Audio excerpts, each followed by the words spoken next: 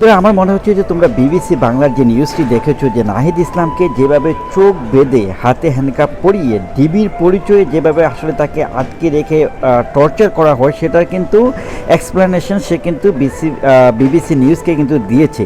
So বিষয়টা আমার কাছে খুব শকিং এবং আমার কাছে মনে হয়েছে যে খুবই ডিস্টার্বিং একটা ব্যাপার। কেননা নাহিদ ইসলাম হচ্ছে যে এই আন্দোলনের একজন প্রধান সমন্বয়ক এবং সে কিন্তু এই আন্দোলনের সাথে কিন্তু ওতপ্রোতভাবে জড়িত। সো আমরা জেনেছিলাম যে আগেও যে তাকে আসলে ধরে নিয়ে জিজ্ঞাসাবাদ করা হচ্ছে এরকমটা শুনেছিলাম, কিন্তু সে যে বিষয়টি বলছে যে তার চোখ বেঁধে হাতে হ্যান্ডকাপ পরিয়ে তাকে একটা রুমে নেওয়া হয় এবং তাকে টর্চার করা হয়, তার পিঠে প্রচণ্ড ব্যথা এবং পায়ের পাশে রক্ত জমা দেখা যায়। সো এই বিষয়টিতে সে যে বিষয়টি বলছে যে আসলে হয়তো বা রাষ্ট্রপক্ষের ঊর্ধ্বতন কোনো কর্মকর্তাই কাজটা করতে পারে এবং এখানে প্রেশার থাকার কারণে, স্টুডেন্টদের প্রেশার থাকার কারণে তাকে হয়তো বা ছেড়ে দেওয়া হয়েছে।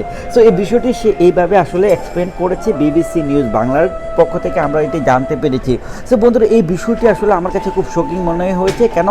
শকিং কেন মনে হয়েছে এই বিষয়টি তোমাদেরকে ক্লিয়ার করি। যেহেতু তাকে ধরা হয়েছিল, এটা স্বাভাবিক, এই সিচুয়েশন তাদেরকে ধরতেই পারে, ধরে হয়তো বা তাদের সাথে আসলে একটা নেগোসিয়েশনে যেতে পারে সরকার যে আমরা তোমাদের যে দাবিটা, সে দাবিটা আমরা পূরণ করব। তো এটা এরকম হতে পারে, কিন্তু তাকে টর্চার করা হবে, তাকে মারা হবে, তার চোখ বন্ধ করে তাকে এক জায়গা থেকে আরেক জায়গায় নেওয়া হবে, তার হাতে হ্যান্ডকাপ পরিয়ে নিয়ে যাওয়া হবে।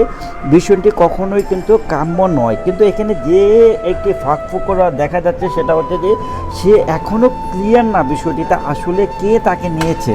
যেহেতু তার চোখ বাঁধা ছিল, হাত বাঁধা ছিল, সো বেসিক্যালি কারা আসলে কাজটি করেছে, এটা কি সরকার পক্ষে কেউ কি না বাকি অন্য কে করেছে, মানে তার কথাটা বা যেভাবে আসলে এখানে বিবিসি বাংলায় নিউজটি প্রকাশ হয়েছে সেখানে কিন্তু এইভাবেই প্রকাশ হয়েছে বিষয়টি। So it's not still clear যে ঘটনাটা কে করেছে, 100% এখনও ক্লিয়ার না এবং সরকার পক্ষ থেকে কিছুই বলা হয়নি এখনও এই বিষয়টি নিয়ে।